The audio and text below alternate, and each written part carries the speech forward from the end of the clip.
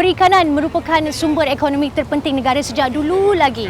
Tapi yang sedihnya, sektor ini terus dilanda masalah. Antaranya kekurangan sumber perikanan yang bukan sahaja disebabkan oleh faktor alam dan cuaca, tetapi juga tangan manusia yang kurang peka penjagaan alam sekitar. Dan mungkin juga pencerobohan nelayan daripada negara jiran. Saya sekarang berada di Hub Perikanan Lembaga Kemajuan Ikan Malaysia di Tok Bali, Kelantan yang juga merupakan laluan alternatif bagi pelancong untuk ke pulau perhentian. Kembara eksplorasi pada kali ini akan menyusuri lautan di sekitar kepulauan pulau perhentian di Terengganu dengan menggunakan bot nelayan yang bertukar wajah bagi melakukan selaman untuk melihat sejauh mana keindahan dan kelestarian hidupan marin.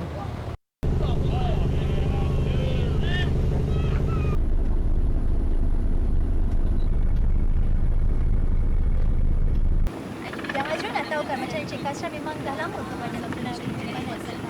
Saya dah 2 tahun lebih dalam industri ini. Okey, baru lagi lah. Baru lagi dan saya dapati bidang ni amat menarik lah. Dari segi tangkapan ikan, saya rasa dia menurun sikit.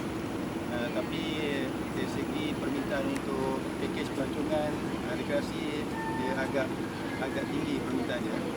Jadi sebab itulah saya nampak peluang untuk rekreasi ini agak baik. Encik Kasran kata penurunan dari segi sumber perikanan terhadap tu. Pada pendapat Encik Kasran sendirilah, apa yang menyebabkan penurunan? Saya rasa tangkapan menurun sebab kita nampak dari segi overfishing. Saya rasa itu yang faktor utama sebab banyak nelayan laut dalam menggunakan kaedah tangkapan cara buka tunda. Jadi kaedah ini menyebabkan banyak spesies-spesies ikan berkurangan dengan cepat sebab kaedah buka tunda dia dia menangkap semua jenis dan semua saiz ikan. Tapi macam kalau saya tengok bukan bila saya datang ke jeti, banyak orang yang menjadi nelayan ini semuanya bergenerasi yang terdahulu. Generasi muda sekarang ni macam dah tak berminat nak menjadi seorang nelayan. Itu satu fakta yang tepat lah. Sebab kemungkinan generasi muda tidak nampak perikanan sebagai satu sumber mata pencarian. Kebanyakan nelayan-nelayan kita adalah dari Thailand ataupun daripada Vietnam. Jadi saya rasa perlu kerajaan memberi galakan yang lebih kepada rakyat tempatan untuk kembali menjadi nelayan sebagai sumber pendapatan.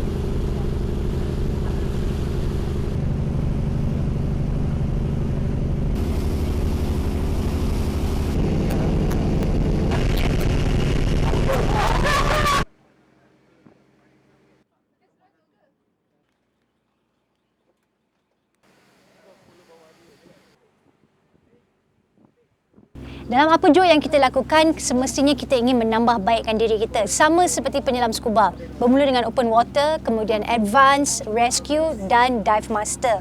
Jadi kami sekarang berada di MV Sri Aman. Kita akan lihat apakah fungsi seorang dive master. Abang Bahaman, boleh tak tolong jelaskan kepada saya fungsi-fungsi seorang dive master? Okey, sekarang ni kita dah bagikan tugas pada setiap dive master, ada yang di deck, ada yang di enjin dan ada yang membuat pemantauan.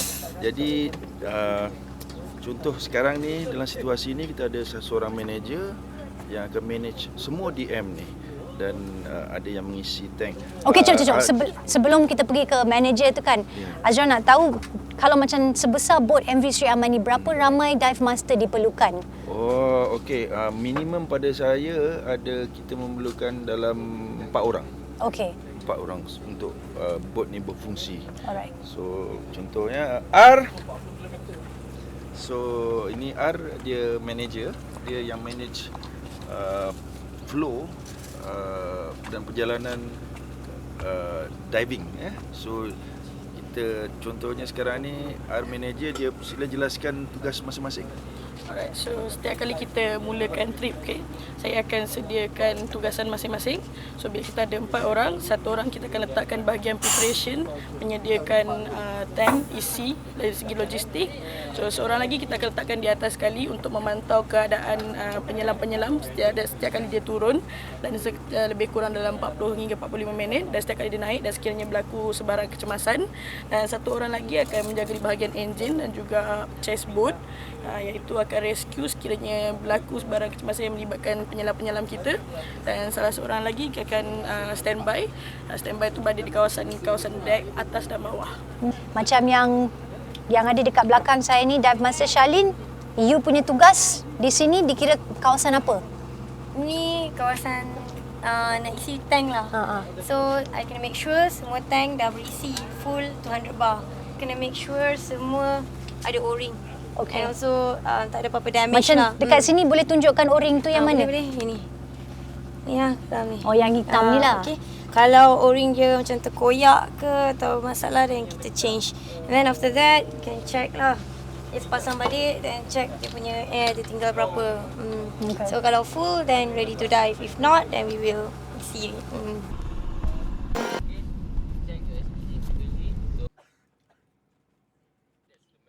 Secara generalnya, tugas sebagai dive master umumnya adalah sebagai pembantu kepada instruktor. Instruktor akan membawa pelajar-pelajar yang mengambil lesen selam scuba, dan juga dive master ni bertindak untuk membantu instruktor untuk memudahkan kerja-kerja instruktor, dan juga membawa pelajar-pelajar ini ke dalam laut. Dalam latihan dive master ini bukan kita belajar tentang macam mana untuk selaman scuba saja ataupun diving saja. Kita belajar banyak perkara termasuklah teknikal, macam mana untuk dari segi logistik, scuba equipment, diving, and then kita juga belajar pelbagai ragam-ragam manusia, macam mana kita nak handle dengan semua orang, terutamanya pelajar-pelajar yang mengambil selaman scuba ini. Cut the exercise. Skill signal, contoh untuk mask clearing. Akan berada di belakang untuk menjaga hadat. Ini adalah recreational dive dekat you punya tank. Macam you punya jenis Menyelam.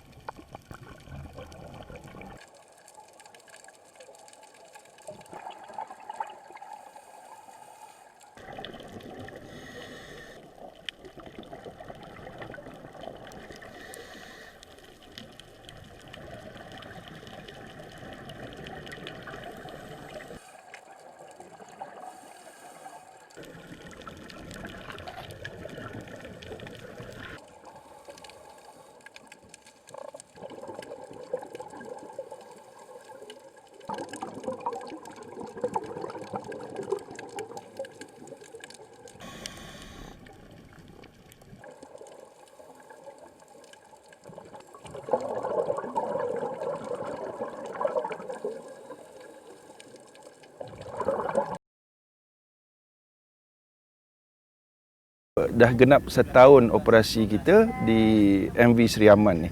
So kisah dia bermula apabila Encik Kasran owner pada boat ni, dia datang berjumpa saya untuk berbincang macam mana nak buat satu kerjasama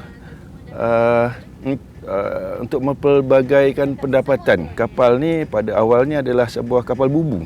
Ada 36 biji bubu di atas ni, di mana tempat kita berdiri sekarang ni, di sinilah kedudukan bubu tu. Tapi apa yang saya dapati, hasil tangkapan tu memang tidak memberangsangkan.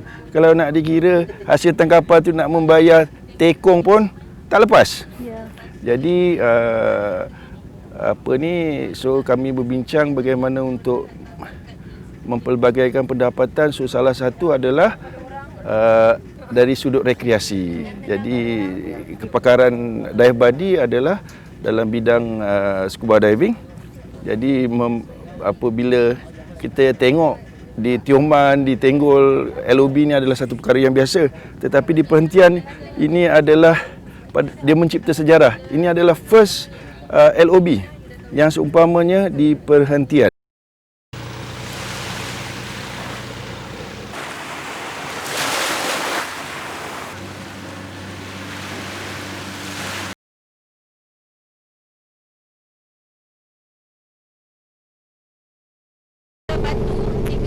Tiga batu besar.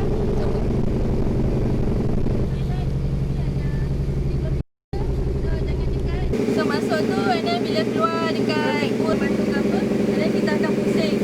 Kemudian kita tempel korang. So kita akan nampak ada sea fan. Identify me, saya pakai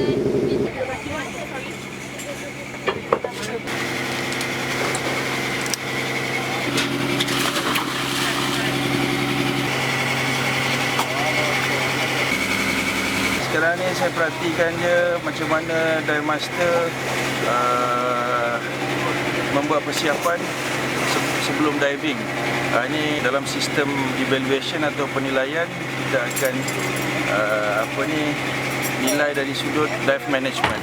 So ini lebih kepada dive management dan underwater supervision ataupun pengawasan dalam air. Dan kebanyakan sekarang ni adalah fun diver.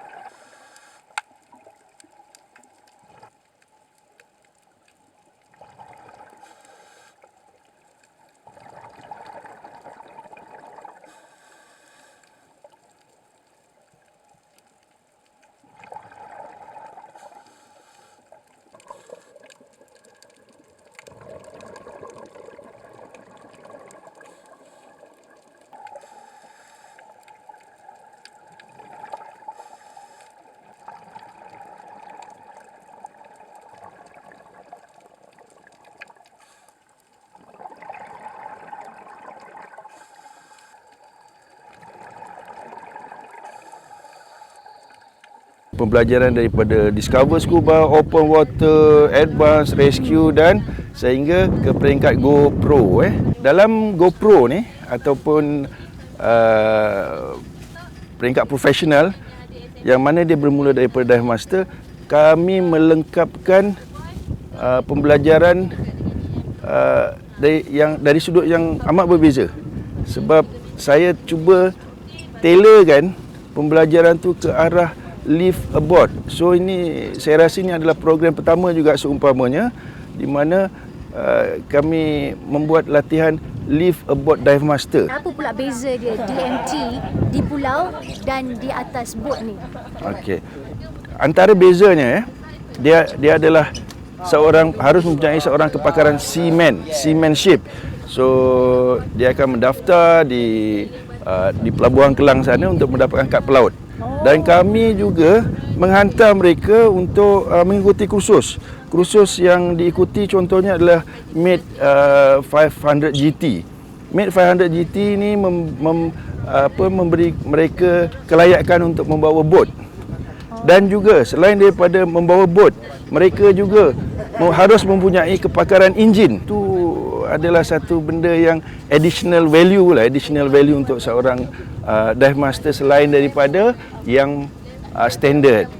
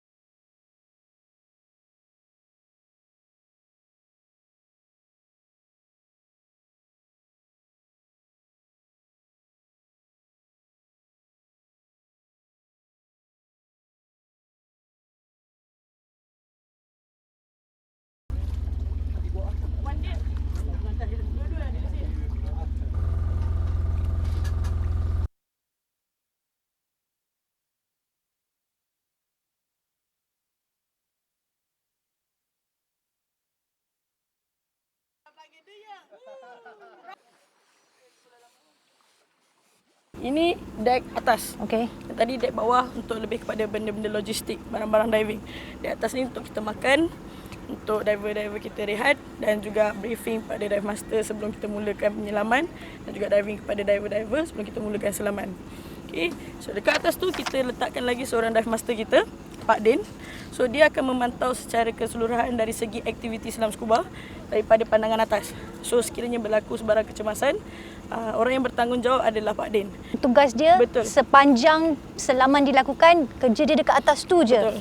Semua dive master kita pun dilatih untuk buat perkara yang sama, tapi Pak Din kita letakkan untuk kebanyakan trip. Jadi beginilah antara tanggungjawab yang ada kepada setiap dive master di MV Sri Aman. Seperti yang dikatakan sebelum ni, ini adalah bot nelayan yang pertama kalinya diubah suai menjadi bot rekreasi. Jadi ini semestinya yang pertama dan bergantung kepada dive dive operator itu sendiri bagaimana ia hendak mengendalikan dive operations di atas bot MV Sri Aman ini. Jadi lepas ni kita akan bergerak dari satu lokasi ke satu lokasi yang lain untuk melakukan selaman. Jadi sekarang ni barang-barang kami pun semua sudah bersedia. Sebentar lagi kita akan turun ke bawah untuk melihat keindahan yang terdapat di sini dan juga melihat bagaimana dive master in training pula mengendalikan divers-divers di dalam air nanti. Jom kita turun. Alright. Nak air sebenarnya.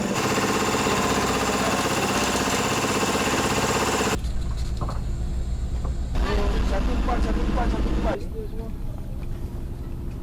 Platform 2x2 ya. 2x2.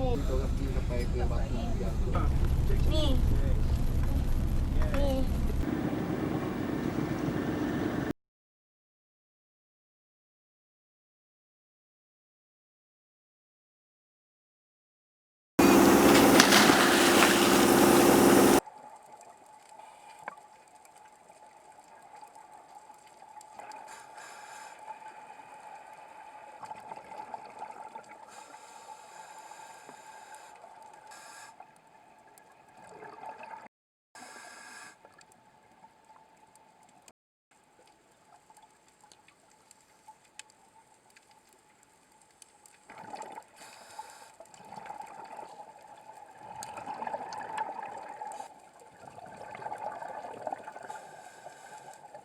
Apa yang menjadi kepuasan bagi saya sehingga ke hari ini adalah dapat melihat ataupun orang kata dapat bersama-sama mengajak orang lain untuk menghargai alam semula jadi. Bermakna saya dapat membantu dia untuk mengatasi perasaan takut berdepan dengan lautan yang dalam ataupun air yang dalam, dan secara tak langsung bila kita lepaskan ketakutan tu, apa yang menunggu kita di dalam air adalah satu yang sangat-sangat menakjubkan dan boleh saya katakan tidak dapat digambarkan dengan perkataan.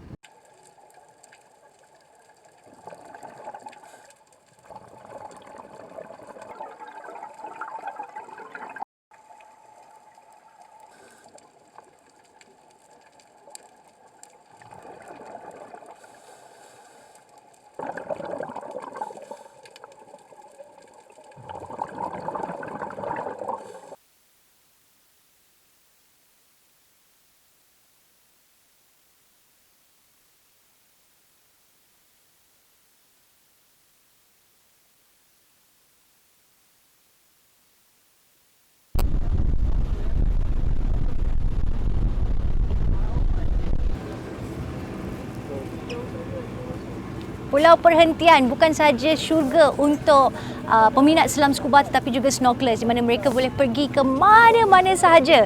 Dan istimewanya bila kita berada di LOB, live on board ataupun kapal nelayan yang seperti mana yang saya berada sekarang ni ditukar kepada kapal rekreasi, kita boleh pergi ke mana-mana sahaja yang kita nak. Dapat tempat cantik, kita laburkan saw, lepas tu kita terus pergi diving. Senang saja.